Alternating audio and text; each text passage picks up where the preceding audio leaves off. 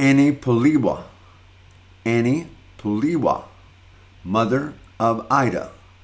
Annie Puliwa, mother of Ida. We're going to want you to say your name and spell your name. Hello. Anne Puliwa. Okay, let's say it. Say it, and you spell it now. My name is Anne Puliwa, A-N-N-I-E, surname P-U-L-I-W-A. Okay. Are you to Ida? Ati pali chibaya chotani iliyo pakati paino ndi Aida. Palubale weni chifukwani mwananga. Aida is my daughter. Okay, good. And tell me what we're looking at. Who is that and how old was she? Ati pamene popo mukuyang'ana ndani ndipo anali ndi zaka zingati nthawi imeneyo? Pamene pa anali ndi zaka 5. Amayang'ana nyumba mwathumo kusogolo kwake kunali mphaka. Ndi amayang'ana mphaka ayo anawo. Yeah, ati mukuyang'ana ndani picture ikuonesa ndani anali ndi zaka zingati? Nimayesa kuti inuyo mayang'ana chani. Ayi. Picture ikuonesa Aida. Anali ndi zaka pamene pa zaka 5. The picture is showing Aida and her sisters. And in the picture, Aida was 5 years old. Okay. Loveness was 7. And Mary was 3. Yeah. I was from the... She was the first. No, but she... First. Right. But she was the middle child. You have an older sister and a younger sister. Yes. Yeah. I was Okay. the middle child. And were you expecting to have a girl or a boy when you had Ida? Ati mutabeka Aida mayembekezera kuti mukhala ndi nyamata kapena mtsikana. Koma Aida iyi ndi amene mayembekezera kuti akhoza kukhala nyamata. Koma nangodabwa kuti anali sonsikana. When I was having Ida's pregnant, I could feel the signs that I was going to have a boy child, but I was surprised that I ended up having another girl child. What were the signs that it was going to be a boy child? What were the signs? Masaini yake analotana mina makuonesani kuti mukuzobeka nyamata. Mimba ache inalioneka kuti mwana ameneyo anali wamphamvu kwa basi. Komanso zimasiyana ndi imene inali ya lavu. Her pregnancy was different from the rest, and the energy I could feel, like how she used to kick, I thought he was a boy. Okay. Anabadwa ali miezi 10 koma wankulu kwambiri. And also she was I delivered her at 40 weeks, while the rest I was delivering them from 38 weeks going down. So I had all the reasons to believe that I was going to have a baby boy. Okay. And was she disappointed? Ndemudabeka mnakhumudwa kuti mabeka nkazi simunabeke nyamata amene mafunayo. Nakumudwa koma sikweni chifukwa be nali ndi chilimbikiso kuti amene be koma zochita cheza khanga ndi mamuna basi. Yes, I was disappointed, but somehow I could feel it that maybe because the signs were like of the boy child, and maybe someday she will grow up and be like a boy. Okay. Zova zake zimene tinagula sana bado zinali za chimuna zokha. Timayembekeza kuti mamuna basi. Another disappointing thing was that when we were preparing for her birth, we only bought male child clothes and she ended up being a girl. Okay. Now, do you think that that's why she wears pants today? Muganiza kuti chifukwa amakonda kuvala matrauza pano. Chimene amakonda kuvala matrauza pano ndi chimene chokomaso chifukwa amakonda kuyenda mwambiri. Ndiye munthu amene akuyenda mwambiri mbiri amayenera kuvala trauza kuti mwina atagwa akhale otetezeka. I believe that's one of the reasons, but now that she works very hard and she goes almost everywhere, I think she likes wearing trousers just to make sure that she's comfortable. Okay. Komanso atabadwa sana dwale ngati mene anachitira azinzake wasitinapite naye admit kuchipatala amangokula basi mofulumira muja. And another good thing about her was that after she was born, she never got sick that like the rest of the children that I had, and we never got admitted to the hospital. anaenda swali ni miezi 8 pomwe anzache anaenda ali ndi chaka ni miezi 2. And another different was that she started working when she was 8 months old, while the rest of the children could work maybe after a year and some months. Wow. Okay. When did she start talking? Anamba kuyankhula ali wankulu bwanji. Atatha miezi 2 anamba dada zosamveka bwino. Anamba kulankhula ali wang'ono kwambiri koma kulankhula zomveka patathabe chaka. When she was about a year old, I could tell that she was able to say some words, Okay. though we could not hear them. And how did you raise her differently than your older daughter? How was it different, thinking that she was going to be a boy? Ndeno akuti maganizo otakhala mamuna nde munalera bwanji ndi mkulu ake mosiyana. Munalera mosiyana ndi mkulu ake. Kulera mosiyana sikunaleredwe mosiyana kwenikweni kufana chifukwa choti Aida izo chita zake amachita ngati zimene nyamata amakonda mpira wa miyendo kuonera mpira ndiye zimasiyana sikamaleredwe. We never planned that we could raise them differently. Actually, that's not what we did. But on her own, Aida could do what men used to do. Like she used to like playing football, which is a main game, and she used she also used to like watching football. Like when some boys were playing football, she could go and watch, and she could play as well. Maso amalima kwambiri kumunda. And she used to she also liked to farm. Okay. And how old was she when she started farming? Adana inzaka zingati mena malima. Osewa timapita nawo kumunda, osewa ali nzaka wina iyi anamba kupita kumunda yali nzaka 7, wina izaka 9, wina izaka 5 timatengera kumunda. I remember that when she was 7 years old, that's when we started taking her to the farm. But for the elder sister, we started taking her to the farm when she was 9 years old. Okay, that's good. Okay. Okay. Let's look at another picture. Iyo ndi wang'ono. Yeah. Oh, this that's a one. good one. Okay, that one's good. This is Okay. me, Okay. her father, Uh-huh. her elder sister, and All right. I'm going to put them so that they're good. Stack them like this. Now hold it up. Let me come in and... All right. Hold on just a minute.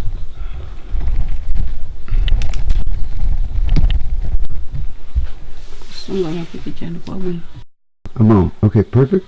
Oh.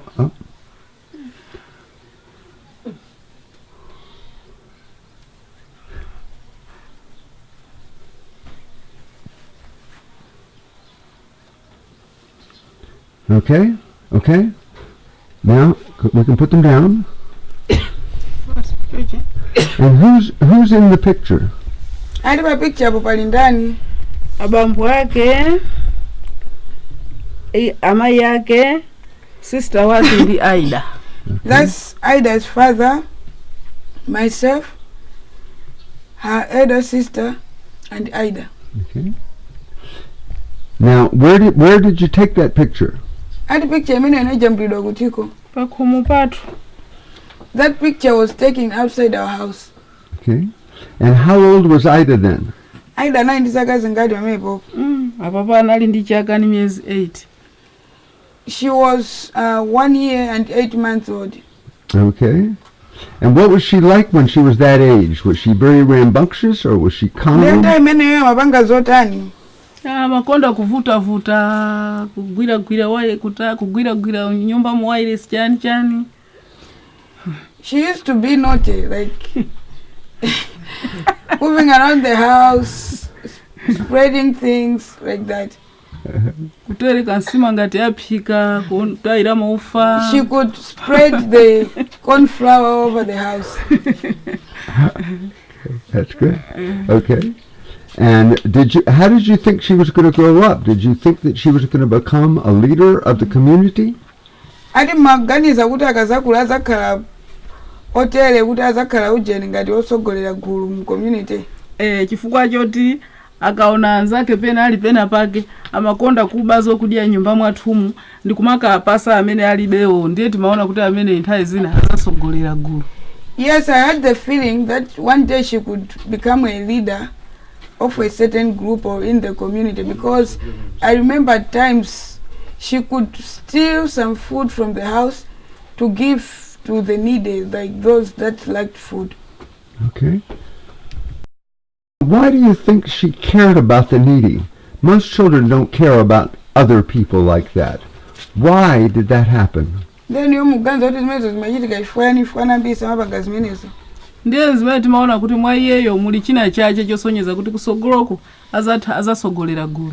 That's why we could think that she has something special and she might be somebody else in future. Okay. And did you give things to the needy? Inuyo mathandizaso anthu ovutika. Timapasipereka kwa anthu ovutika. Yes, we used to support the needy back then. Mm-hmm. And do you think she learned about that from you? Learned about amaonera kwa inuyo. Amaonera kwathu. Yes, I believe she learned that from me and my husband. Okay. Now she tells the story of her favorite teacher. What was his name? Mr. Bowlen. Mr. Bowlen, and going to see the zoo in Blantyre. Mm-hmm. Do you remember that when she went to the zoo? Adam amapanga liko nkhani ya phunzitsi yake ya malemu a Bowlen. Ali ku primary anayi ndi trip yopita ku zoo ku Blantyre. Trip imene mukikumbukira? Timayikumbukira. Yes, I remember it. And do you remember her coming back and talking about women in pants with long hair? Ndemakumbukira atabwera umana kuti waona dzimai atavala matrauza ndi ali ntsisi alitali. Timakumbukira. What did she say when she came back? Tell me the story. Ndati ananena chani atabwera? Atabwera ananena kuti taona azimai asisi alitali anavala matrauza inu simati kuno anthu akazi samavala matrauza. Koma ndaona azimai atavala matrauza nane ndifuna ndiphunzire nane ndizavala trouser. I remember she told me that I've seen ladies wearing pants and were in their long hair. But you have always told me that women are not allowed to wear pants. So I've made a decision to work hard at school and be like them one day. Ndiye nani kuti ife city rollers bezo iya nani kuti ndikakwana zaka 18 kupitirira nzizapanga zimenezo. So I insisted that women are not allowed to wear pants in this village, whether you go to school or not. So she told me that whether you like it or not, but I'll be like them. And when I'm 18 years old, nobody will stop me. Okay. So you wouldn't let her wear pants until she was 18? Ndeno iniyo simamulola kuti azivala matrauza kuti azafike zaka 18 kapena chimachitika ndi chani. Sidi mamulola koma nthawi zinaso abambo ake akapeza zovala za monga za ma tracksuit amamugulira olwasanafike zaka 18. It was not allowed within the community, but sometimes his father could buy like tracksuits for her. Okay, perfect. Okay. Now, when it came time for initiation, Ida never went to initiation. And she said that you didn't allow her to go to initiation. Do you remember that time? Akuti nthawi ya chinamwali simunamulole Aida kupita ku chinamwali. Mukumbukira nkhani imene nthawi imeneyo? Tikukumbukira. Yes, I remember. Okay, and why had your older daughter gone to initiation? Tinawo pakuti akapita ku meneko asokoneza maphunziro yake school. I was afraid that if my children can go to that sermon, then there would be that could have affected their studies at school. And why would that have affected it? All the other girls went. maopa kuti zipanga bwanji maphunziro opeza atsikana ena amapita. chifukwa ifeyo timafuna kuti azakhale ndi maphunziro apamwamba ndi asikana oyena timaona kuti akapita kumene kuzimatha kuwasokoneza chikhalidwe chawo nkona sina lole athuwa kuti apite. I wanted my daughters to be educated, and I could see that when others attend that ceremony and they come back, their behavior could change. And how would their behavior change? amalowerera mwina kumaenda ndi anyamata zosachita bwino. They could start dating boys, which was bad. Had she gone to initiation ceremony when she was a young girl? Ati niyo munapita muli wachipere. Makolo anga ananipitisako ndili wang'ono. Yes, my parents sent me there when I was young. And what did they tell you at initiation about boys and about sex? Ndiye inuyo anakuza zotani kumene koko za anyamata ndizogonana. chifukwa nthawi yakaleyo zogonana zikunalibe bwino. Nthawi yaife kunalibe zogonana asikana ang'ono timadikira pakana kulowa mbanja ndiye nthawi imene inali yosiyana. During our time we had the different initiation ceremony because we were not allowed to sleep with men until we get married. Yes. Okay. So what we were being told was very different from what they used to tell the girls now. And tell me what they were telling the girls now at the same time when you didn't go to the initiation. What were the girls hearing about sex and men? What were they telling them? Ati asikana opano amauza chani. asikana zimene zimasokoneza kwambiri kuti zizilesedwa zazoma amauza nthawi zina kuchinamwali kuti akatulukako akakhale ndi zibwezi chifukwa akati asapange zibwezi akhala ndi fumbi amati kusasa fumbi.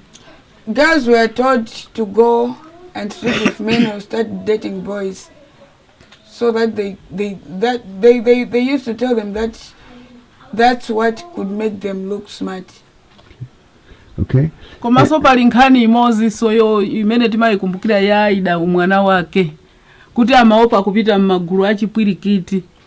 And another thing I just remembered about Aida when she was young was that she wasn't comfortable like going to a place where there is like a crowd. Siku lina kunabwera Dr. Hastings Kamuzibanda kupasani ku school kwawo. I remember this other day the former president, the first president, Hastings Kamuzibanda came to visit her school. Ndiye kunali gulu la anthu ambiri Aida yonali gulu la maboni free. So there were so many people and Aida was among the born free children, like those that were born after Malawi got independent. Ndiye ataona kuti pakuimbidwa ngoma amaona ngati ndiza chipwirikiti anathawa anasokonekera. So when she heard the drums, she was scared and she got away and she got lost. Analengezedwa ndani wamuona Aida Puliwa pasongano. So they made an announcement like, who has seen Aida Puliwa? We are looking for Aida Puliwa. Where is she? Mapeto chidampeza kunyumba kuno hata gona nyumba hata bisa ali mathawa gulu lija. So ningani mele sitimai wala mbiri ya moyo wake. We found her lying at home, scared, and she said that she was scared to see the crowd. Sitimai wala mbiri mene iya ndipasa chidwi. Okay. What happened to the other girls that went to the initiation at the same time that Aida didn't go? What's happened to them? Asikana amene anapita ku chinamwali nthawi imene Aida sanapite chinachitikira ndi chani pano ali kuti? Ambiriwo sanamalize sukulu enawo pano ndi azimayi ali ndi ana angapo. Majority of them now have children, more than 3-4 children. Others like and they never even went far with school. They dropped out of school. Okay. The pants. What does she think of the fact you wear pants and long hair now all the time? Ati ndiye pano mumandoona kuti mava matrauser nthawi zonse. Komanso sisi anga imakhala ita nthawi zonse ndemaganiza zotani. Timamugaza kuti maloto ake ajakwaniritsidwa amatiuza kuti ndikazaphunzira nzapanga zandeka. When I see her like this, I just remember what she told me, that when she reaches 18 years old, she will start wearing pants and having long hair, no one will stop her. So I just smile to say that her dream has indeed come true, because that's what she always wanted. So, Sometimes I admire her, but I know I'm too old to do that.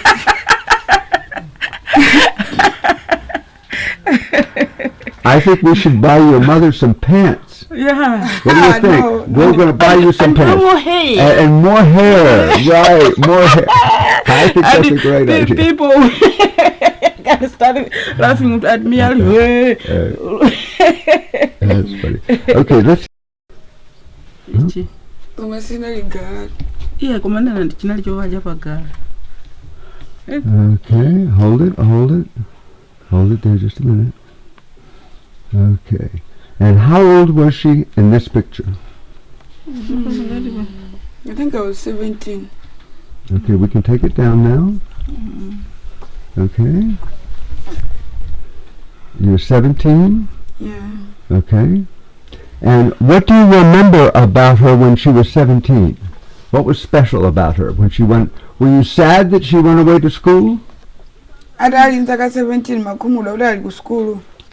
Timakumbuka koma kenako beti nazolowera kuti akufuna apange sogolo.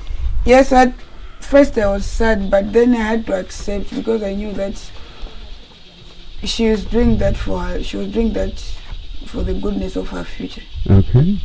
Now, before, when she was 14, she taught you how to read. Church? Akudali ntaka 14 anakuphunzitsa kupanga kuwerenga. Anandiphunzitsa kuwerenga. Why did you want to learn how to read?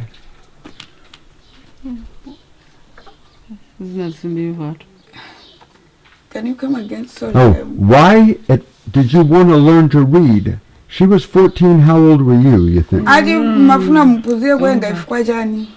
Chifukwa Please, can you take aphunzitsi yake akanditumizira uje school report. Sinimaonapo kuti wakhoza kapena walephera. Ndiye nafuna kuti ndiziwerenga nziziwa kuti wakhoza kapena akulephera ku school. That was because when her teacher sent us a school report, I didn't know what it meant. So by reading, I think I could have understand what the report was saying. Okay, say that once more again. That was because when her teacher sent us a school report, we couldn't read and we didn't know what it was. So by reading, we thought we could know what it was and be able to understand the whole progress. Okay, and was Ida a good teacher of reading?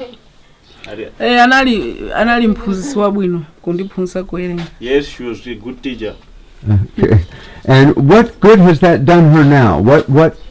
How has that been an advantage since she's learned how to read? Zanichitira ubwino chifukwa basi ndimazuwa kuwerenga kulemba ndimakondwera kuti Aida anandiphunzitsa ndimalemba makalata masama ni watumizira anthu milandu. I have benefited. Musayembe nsemeni yomafunso. Ndimanyadira kuti anandiphunzitsa kuwerenga ndimawerenga Bible ku church. I have benefited a lot with Ida's teachings. With Ida, what she taught me on reading, because now I'm able to read the Bible. Okay, good.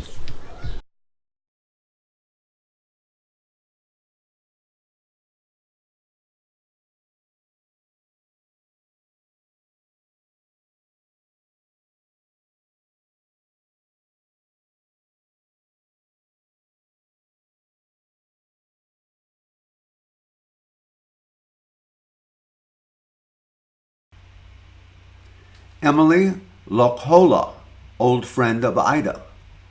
Emily Lokhola, old friend of Ida. Emily Lokhola, old friend of Ida.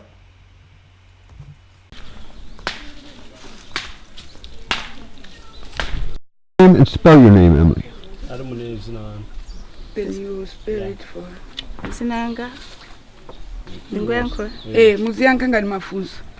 Emily Likhola. Muzimalizisa zina langa ndine Emily Likhola. Zina langa ndine Emily Likhola. My Okay. name is. Should I continue? And tell her to speak loud. My name is Emily Likola. Ah, there we go. Okay. And did you know Ida when she was a little girl?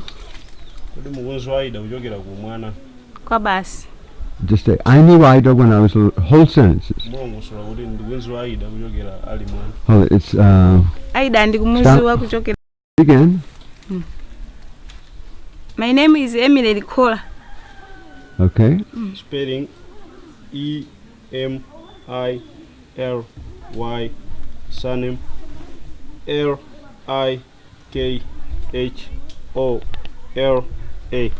Alright. Okay, and did you know Ida when she was a little girl? Kodi muumuzi wa Ida kuchokera ku mwana wake. Ndikumuziwa. Mulongosoleya ndi umuzi wa Ida kuchokera ku mwana wake. Ndikumuziwa kuchokera ku mwana wake. Yes, I know Ida since childhood. Okay, perfect. What does she remember about Ida?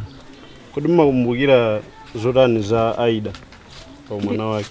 Ndimakumbukira chifukwa Aida anali mwana mmodzi wochenjera. Komanso amakonda kusewera ndi azinzake. Komanso kumbali ngati ya maphunziro ya ku skulu anali wokonda kuwerenga pafupi. Ndipo ngati apanda kuwerenga pena pake ndimakumbukira amadwala mutu kumamupweteka. Okay. Nthawi imeneyo. Translate. Get near her. Remember, she's the microphone. I remember Ida. What I remember about Ida's childhood is that she was a clever girl, one who likes playing with other kids, and she was also hardworking in her studies. Okay. And Sinomalizisi. how did she know that she was hardworking? That she didn't go to school with her? Alimukuziwa banji kuti Ida anali mwana olimbikira school. Ndikuziwa chifukwa nthawi inayonse kumbali ya maphunziro ake amakhala number 1 number 2. Ndipo maphunziro ake amakhonza bwino. Anali mwana olimbikisa ulo makolo ake amamudalira kumbali ya school. I know that she was a hardworking girl because I've seen her school reports before. She was always on position 1 to 3. Excellent. Ida. Aida ndimakumbukira nkhani yake chifukwa choti Aida analibadwa ngati mamuna. Olo nthawi imene amasewera ndi azinzake amaonesabe moyo okha ngati iye ndi nyamata koma ali wamkazi. Zochitika zake zinali zolimbisa thupi, amakonda masewera olimbisa thupi. Komanso zochitika zake be zinali zoti timamudalira nthawi imeneyo. Madabwisa kuti kodi mwanayi ndi wamkazi koma akuonesa masewero ake zochitika zake ngati mamuna. Ndebe ndi zambiri.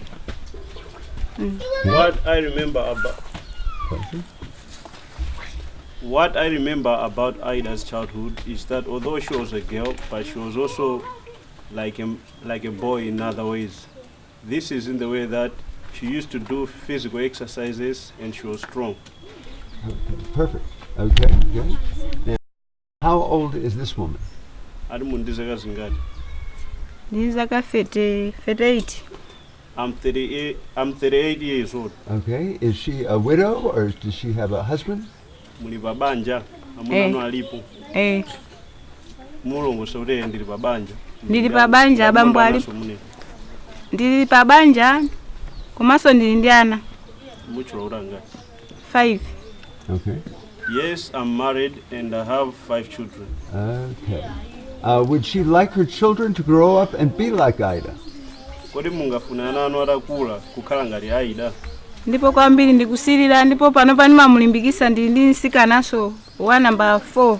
Ndamene ndimamulimbikisa kuti uyesese uphunzire uzafanane ngati ndi Aida. Chifukwa Aida ndamene anali ngati mwana mmodzi olimbikira school.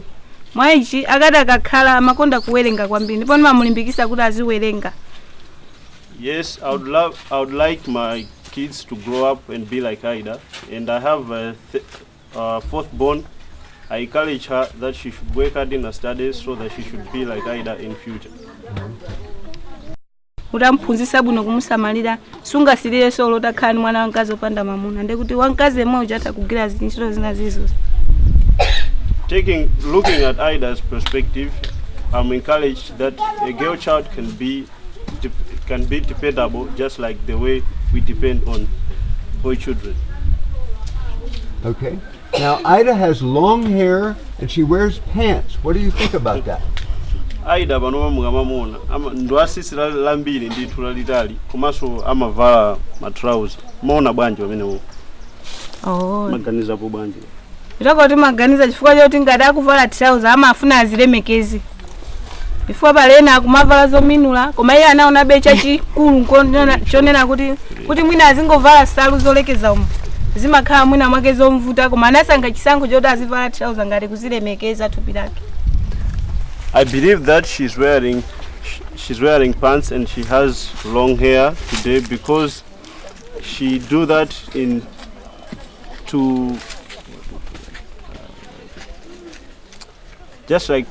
just because she was educated and she can do whatever she wants. Okay. And would you like your daughters to have long hair and wear pants? Mungafune mwana wanu wankazi araka ndisisira litali kumavala so matrauser ngati Aida. Kwambiri chifukwa kuvala matrauser kumathandiza kuti olata kumana ndi munthu otafuna mpange chipongo atha kumulepera. Chifukwa chani mwazilemekeza wavala mabwino. Ndiye ndingasirireso kwambiri. Yes, I would like to see my children looking like Aida with long hair and wearing pants. Okay, perfect. Mary Ridman, original farmer, reshoot with interview. Mary Ridman, original farmer, reshoot with interview. Mary Ridman, original farmer, reshoot with interview. Okay.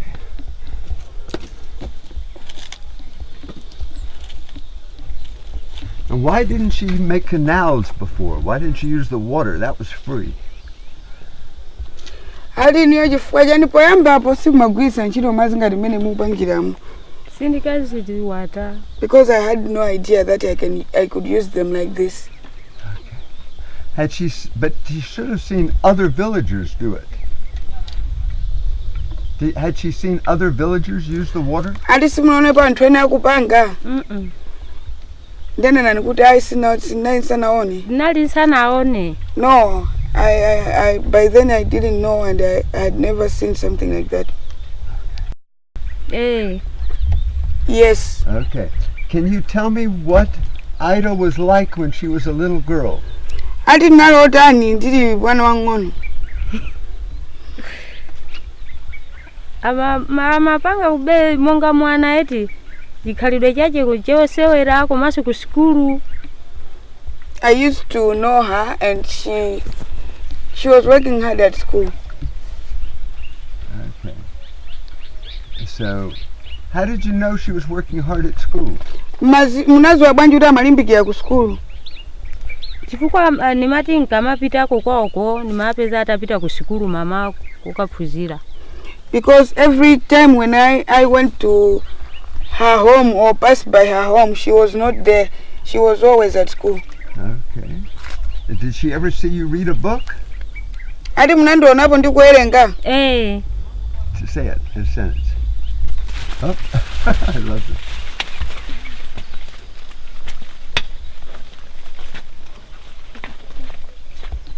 Mande.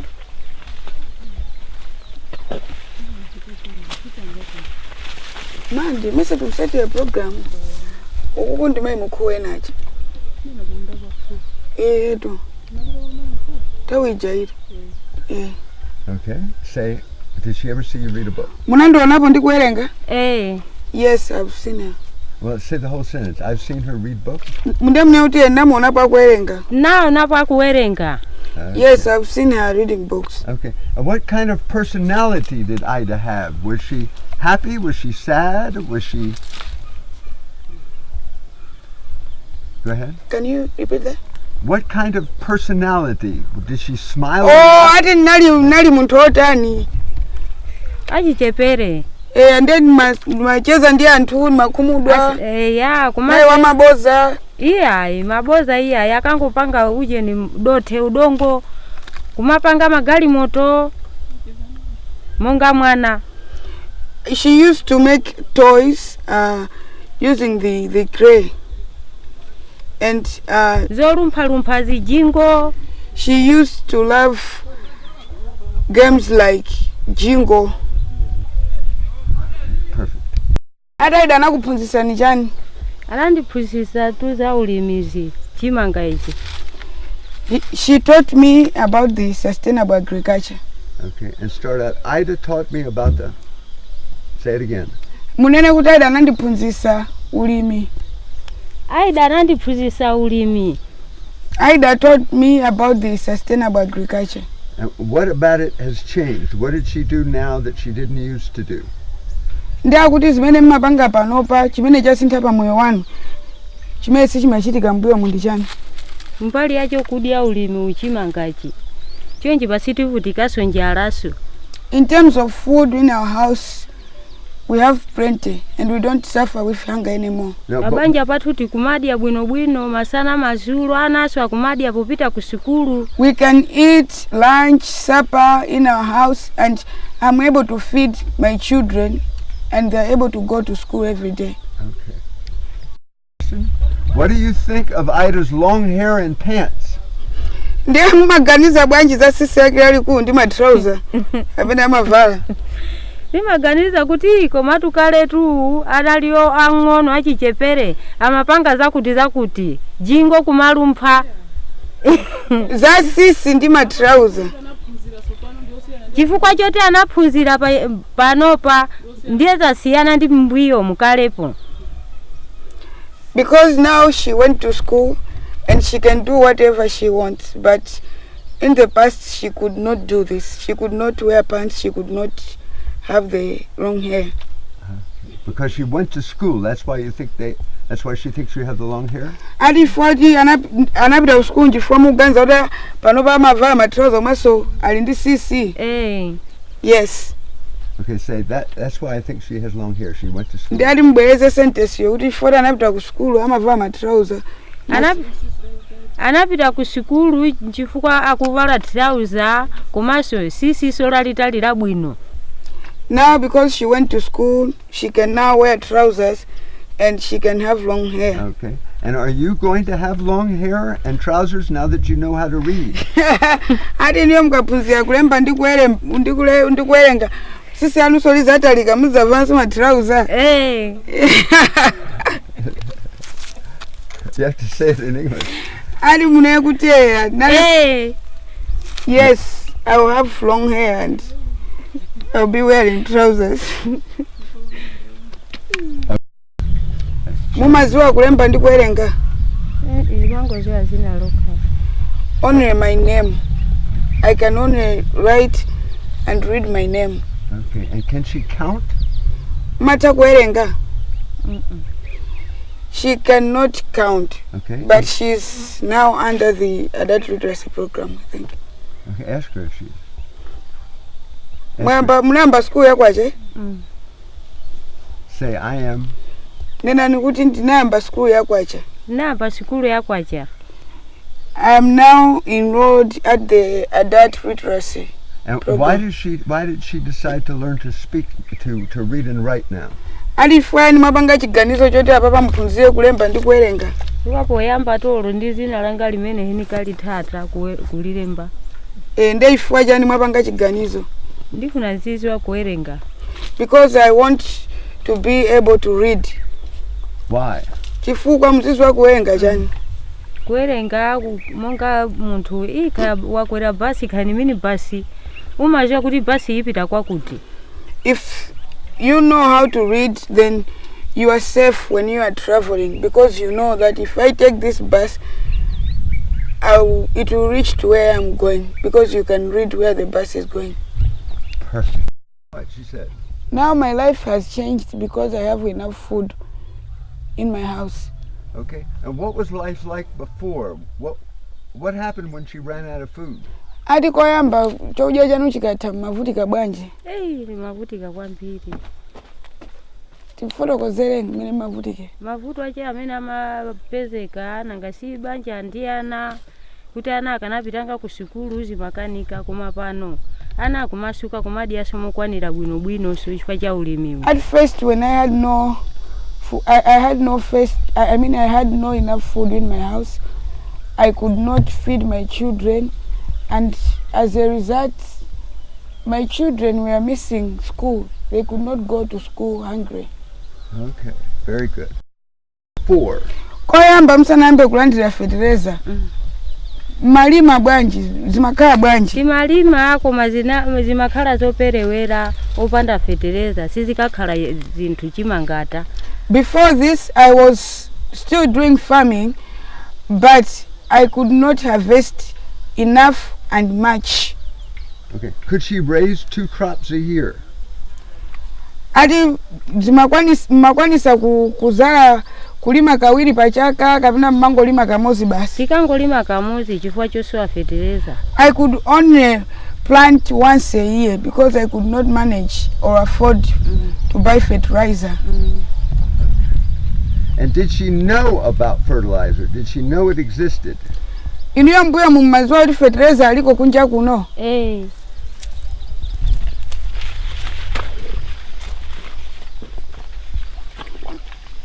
Yes.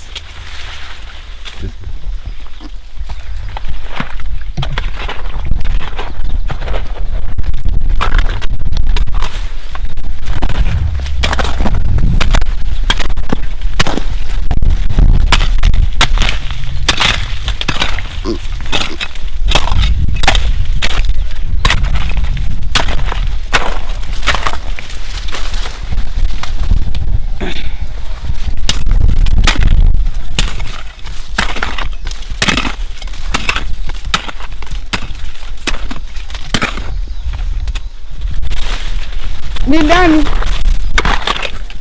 Aliendea nao.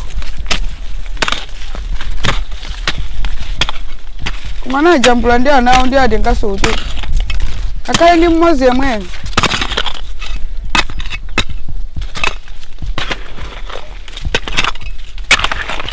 Ngo bitiriza namba ujambula zile.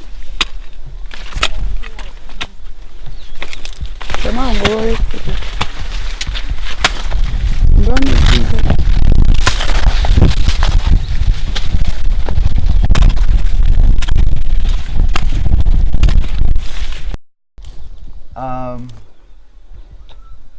So let's see. How has is this your first crop? Auti ulimu kuzala kunkoyamba. Iyayi timazala chonchi nthawi zonse za ulimizi. Iya tento zoti ndioyamba kuti nthawi ya mvula akapena pano. Iyayi pano. Ndiye pano ndi wachiwiri. This is my second crop. Okay. And how has this changed your planting from what you used to do? What did you used Ati to moyo do? wanu wasintha bwanji mmene munayamba kuzala kawiri chonchi. Kitoko moyo wasintha chifukwa choti kumbali ya chokudya sichivuta. Ni pamene taona ife kusintha. Hold it. Did she get food from the government when she ran out of her own food? Ndiye chokudyacho chikatha nthawi zina zokudya mapeza bwanji. Mara ndira kapena magwira maganyo. Tikangogwira maganyo choncho nkumapeza chokudya. I used to go to other people's homes and farms and do a piece of work so that I can find food. Okay. Or money to buy food in my house. Okay. Is she a widow? Yes. Are you a widow? Yes. Well, you ask her. She needs to tell me. I know ndinu widow ndemne kuti eya ndinu widow. What happened to your husband?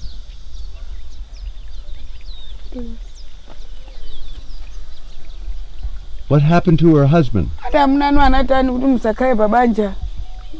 Nanga ndiye chikulire sali pa ntchito so ata. So she's remarried now. But what happened to her original husband? He passed away. Okay, she needs to say that. Ena nikuti amuna anu oyamba anamwalira. Amuna nga oyamba anamwalira. The first husband passed away. And what did he die from? Matenda anji. Amapanga uje ni malungu. Malaria. Okay. Okay, and how many children does she have? Pano muli ndi ana angati kama samalira ana angati zizukulu? Pano alipo 5. I have 5 children. Okay. And when did she get remarried? Ndiye awa munakwatirana soliti. Chaka chino cha 10. We have been I've been married for 10 years now. Okay. And why didn't she buy fertilizer before? Ndakuti koyambako simagula fertilizer bwanji. koyamba kuti magula fetereza akenako basi makobiriso kumati vuta mapezedwa cha ndalama. Because we couldn't afford it. We had no money. My current husband does nothing. He doesn't work, so we could not raise the money. Okay. Why doesn't her current husband work? Ada muna nusa magula nchito ifukwa jani. Amangopanga maganyo.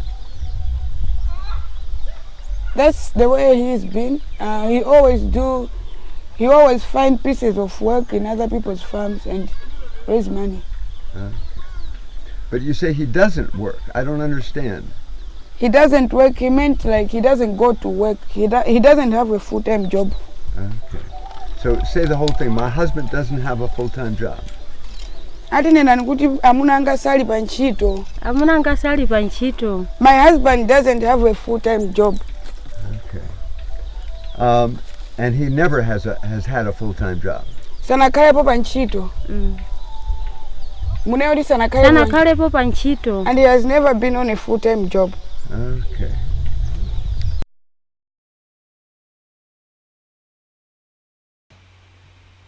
Rose Chamwala, widow with 13 orphans. Rose Chamwala, widow with 13 orphans and sale of honey. Rose Chamwala, widow with 13 orphans. Spell her name. Emily Likola. Kumauka nakaa ndio maboto wangu panga kama pungulu. Nina pungulu ya maboto wangu. Okay. You have the mic. Are you leaving or are you going to stay? Are you moving? I'm here. Okay. So he needs to stand next to you so that we can hear through the mic. So, talk into her chin. Okay, can you hear me? Yes, I can hear you. Amagarena tabla mukabanga urgent sound. She just need to stop the sound. Okay. Yeah. Very good. Thank you for thinking of that. Yeah. You're going to be a producer someday. I'm telling you, I'm going to be a professor. You are going to be a producer. No, a professor. Film producer. A professor. That's different. Video, photography. Oh, no. Professor. No, it takes 30 years to be a professor. You'll be too old. Come on, Ken. Don't Your act children like will be out of like college. You're a Malawian professor. Oh, yeah.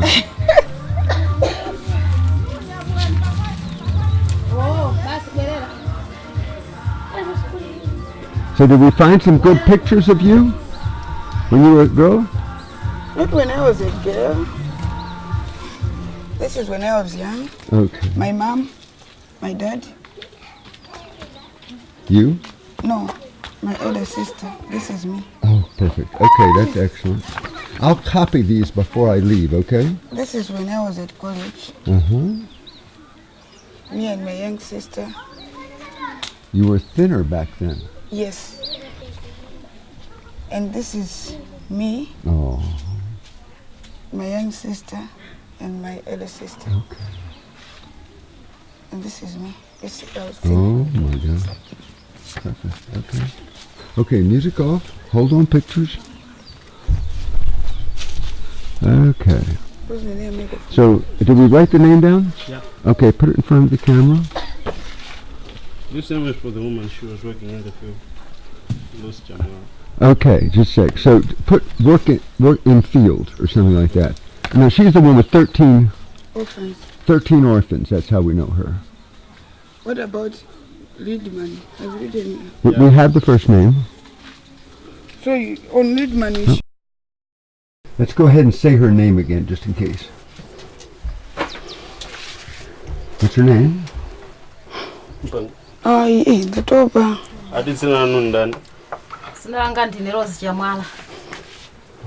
My name is Rose Chamwala. Okay. Spelling R-O-S-E, surname C-H-A-M-W-A-L-A.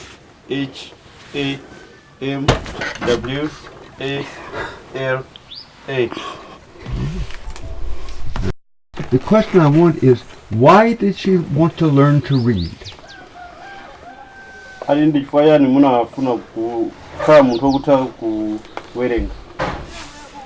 Ndinafuna kukhala munthu wokutha kuwerenga chifukwa timadziwa kuti ukakhala osawerenga zambiri zimakupita. Ngakhale ukalima kumunda kuti ugulise zimakuvuta chifukwa suziwa kuwerenga. Maso ngakhale ulimi wa njikilo omwe ukagulisa umadziwa chenje. I wanted to know how to read because I knew that it was going to be beneficial to my life, especially in my business. Okay, and how was it? Why did she think it would help her business? Ati mukuona kuti munaganiza bwanji kuti mukuona kuti munaona kuti ujeni kuwerenga kuzingakupindulira bwanji pa ulimi wanu pa business yanu? Kuwerenga ndaona kuti ungatipindule chifukwa ukagulisa mwina amaupasa ndama umafuna change. Ndiyo ukaziwa kuwerenga umaziwa sopereka change kwa munthu. I knew that if I can be able to read and write, then I would know how to change. For example, if I have a customer and maybe the customer has given you lots of money that needs to be changed, then you are able to know how much to give to that customer. Okay, and did she know her numbers before? Did she know? Ati musanaphunzire kulemba ndi kuwerenga mazuwa chenje? Ayi sindimaziwa. Mandivuta kwambiri ndikagulisa mountain matha kuwapa santhu kuti chenjera. Before I learned how to read and write, it was very difficult for me to know change or the numbers. Sometimes I could ask some people to help me with that. Which did she know how to count from 1 to 10? Ati mazuwa kuwerenga kuyambira 1 kufika 10? Yes. Okay, but she couldn't recognize the numbers, the written numbers. Koma olembedwa manamba olembedwa simaziwa. Pa nthawi ndi Sunday 1 sindimaziwa namba kukwaziwa Sunday 2 manamba lawo. Nthawi yo sindimaziwa. Komano yes. Yes, I couldn't know the numbers. Okay, it's not yes, no, I did not know the numbers. No, I did not know the numbers, but after learning, it's when I knew the numbers. Okay, and how has that helped her in her business ever since? Ndati pa ulimi wanu pa business yanu zakupindulira njani? Pa ulimi wangu wa business wandipindulira kwambiri chifukwa ndapanga zambiri. Ndamanga nyumba. Kuzuwa kulemba ndi kuwerenga zakupindulira njani pa business? Zandipindulira kwambiri chifukwa ndikupanga business yosiyana pa kuzuwa kulemba ndi kuwerenga. Ndimapasa anthu chenje musandibera ineso iwo usabera. I've benefited a lot because now I know to change. I know the change and I don't make mistakes. Okay, let me stop. Were people cheating her before she knew the numbers? Musanaziwe kulemba ndi kuwerenga anthu amakuberani chenje? Amandibera chifukwa sindimaziwa chenje. Ndikapasa 1,000 kuti ndi achenje mwina mapasa ndalama zambiri. Yes, people were cheating me. Sometimes even myself, when I wanted to give them change, I could give them more money and they could not tell me that I've given them more money. Okay, perfect. Okay. Why didn't she learn how to read in the first place when she was in school? Fwani niyo kalero simaziwa kulemba ndi kuwerenga. Because I had never been to school. Why didn't she go to school? Simunapita school chifukwa chani? Nthawi imeneyoyo nthawi yakaleyo ndali ndili wang'ono ndi school number ndi zaka 5. Takhala zaka 5 ndimamba school imene namba kuziwa kuwerenga. School so koma inali yolipiranso ndi makhala yovuta kwambiri. By then there was no free primary schools, so it was difficult for one to go to school. And her parents couldn't afford it? Makolo anusa makwanisa kulipira. Kulipira kumakhala kwawo kuti chifukwa ntchito zinali zovuta. Yes, my parents could not afford it. And did she have brothers and did they go to school? Munali ndazi chimwe nano amene anapita ku school. Analipo. Nawo so sanathe kupitiriza kwambiri chifukwa nthawi imene ndalama zimavuta ndithu. Yes, I had brothers who went to school but they couldn't proceed because there was no school fees for them as well. Oh, okay. Did they learn how to read and write? Iwo anaphunzira nthawi imene kulemba ndi kuwerenga. Anaphunzira koma sanaphunzire kwambiri chifukwa choti nthawi imene zama zimavuta. Ingana khatu inali ngati nyengo ache inoyo bungwe la thakala kalilipo ndikuti akanaphunzira. by that time, they didn't know much, but I know that if we had Otakalaka, like nowadays, then we could all have be able to read and write. Okay. And at what age did she learn? Did she go back to school? Did she come to the literacy program? What age? Then I didn't go to school ya ujenia kwa jamna joinality. Skulu yako acha na join pa zaka zambo 1908 mimi nafunza skulu yako acha 2000. Go ahead, say it. In 2008 is when I went to adult literacy school. Okay. Now, what difference has that made in her life? Ndeza sintabwanji moyo wangu. Ya moyo wanga za sinta kwambiri pando kuziwa kuwerenga ndi kulemba. There's a big change in my life because I can now read, I can now write. How does she feel about herself now that she can read and write? Ndeno mamva bwanji kuti vanova malemba ndi kuwerenga. Ndimamva kusangalala kwambiri mu mtima. I'm always happy that I can read and write. Okay. All right. Okay. Tell me, how did she start? Why did she start the honey business? Ati munamba ulimi wanji uchi chifukwa chani? Tinamba ulimi wanji uchi chifukwa choti naona kuti uchi ndi wabwino komanso namba chifukwa kuti ndizijoina nawo kuteteza mitengo chifukwa ukatenga uchi ukoleka pa mtengo munthu samagwisa mtengo iye. First, I joined the honey business because I knew that that can be my source of income, and secondly, I wanted to protect the environment because once you're in this business and you have you want to catch the honey, then people cannot cut down that tree. Did Otakalaka help her start the honey business? Ati Otakalaka inauthandizani kuyamba honey business? Inandithandiza kwambiri. Yes. How did it help? Inakuthandizani bwanji? Inandithandiza chifukwa mabwera aidapuliwa kundiuza kuti mupeze matabwa. Ndiye amandithandiza kupeza matabwa. Anandipasa ndalama kuchokera pa ulimi. After I benefited from the Sustainable Agriculture Project, I was able to raise some money to start the business. Different things in her house that she has now that she did not have when she started. Ndemutu uzaso zintu zija tinaona kwanu zija zimene muli nazo pano zimene munalibe. Zimene ndinalibe pa nthawi imeneyo. Tinaona kwanu zija. The roof? Yeah, panopa zimene ndinalibe ndinapeza ndithu kuchokera mu ulimiso wanji chomuthandizwa ndi kuetakalaka. Muyamba nyumba nkati mo muli namanga nyumba malata denga maso nkati mo mulime pando ya sofa ndi display mafudoma TV ndi Go TV ndi solar ndi malata ena ndi matabwa kuti ndenjezere nyumba chokera zonse chokera mu ulimi. Because of this funny business and the sustainable agriculture that I practice through Otakalaka Foundation, I now have a tin roof house.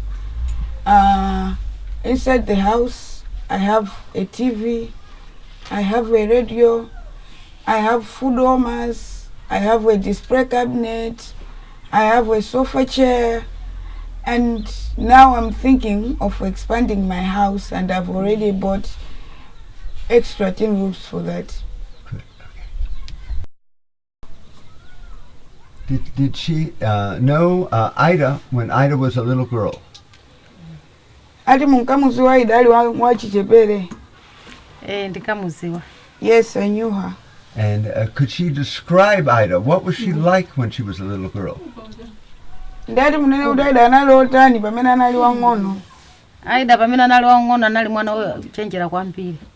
Ndipo zochita zake amaoneka kuti kusogolo kunathandiza anthu ovutika chisoni okalamba komanso ana amasiye. Ndiye pano khumbo limene lakwanisidwa ndithu akuthandiza kwambiri. The way I knew Ida, she was clever, and I could tell when she was young that in future she will do something big like what she is doing now. Perfect. Personality, did she laugh a lot? Did she study a lot? Was she serious? And you want to take a picture of us? Ndati mufotokoze kuti ankakonda kuseka kapena analiwa serious. Aida amkakonda kuseka kwambiri, makonda kusewera ndi ana kaya ana ovutika ana amase aja amasewera nawo kwambiri, amaseka kwambiri sanali wokwiya. The way I knew her, she was very friendly. She could befriend even the orphans that I used to know. Kamaso akapeza zigogo amacheza nawo kwambiri nditu. And even if he could find an older person, she could chat with her. And was she different than the other girls, or was she like how was she different than the other girls? Amasiyana bwanji ndi asikana ena amene maziwa. Aida amasiyana ndi asikana ena kwambiri. Chifukwa asikana ena awo amakhala oyenda zawo zoziwa iwokha. Za skulu ena analibe nazo chidi. Koma Aida anali mwana olimbikira kwambiri. She was different from other girls because Aida could work hard at school while others did not care about school. Yeah. How did she know Ida was working hard at school? Ati mnaziwa bwanji kuti Aida amalimbikira ku skulu. Ndinaziwa chifukwa maphunzisiso amanena kwambiri kuti Aida ni mwana wanzeru kwambiri. I knew because I could hear it from the teachers. They could even say that Aida was very intelligent in class. Okay, perfect. Okay. Ida has long hair and wears pants. What do you think about that? Ati Aida pano ali ndi sisira litali amavanso matrauza. Ndiyeno muganiza bwanji pamene mumaganiza bwanji pamene. Palepo timaganiza bwino choti akuzilemekeza thupi lake, choti waphunzira akuthandiza anthu ovutika kwambiri, ndene popita kothandiza anthu ovutika ndika kuzisamalira. Avale trouser komanso akonze sisi bwino. Now that Aida is educated, she has all the right to do whatever she wants.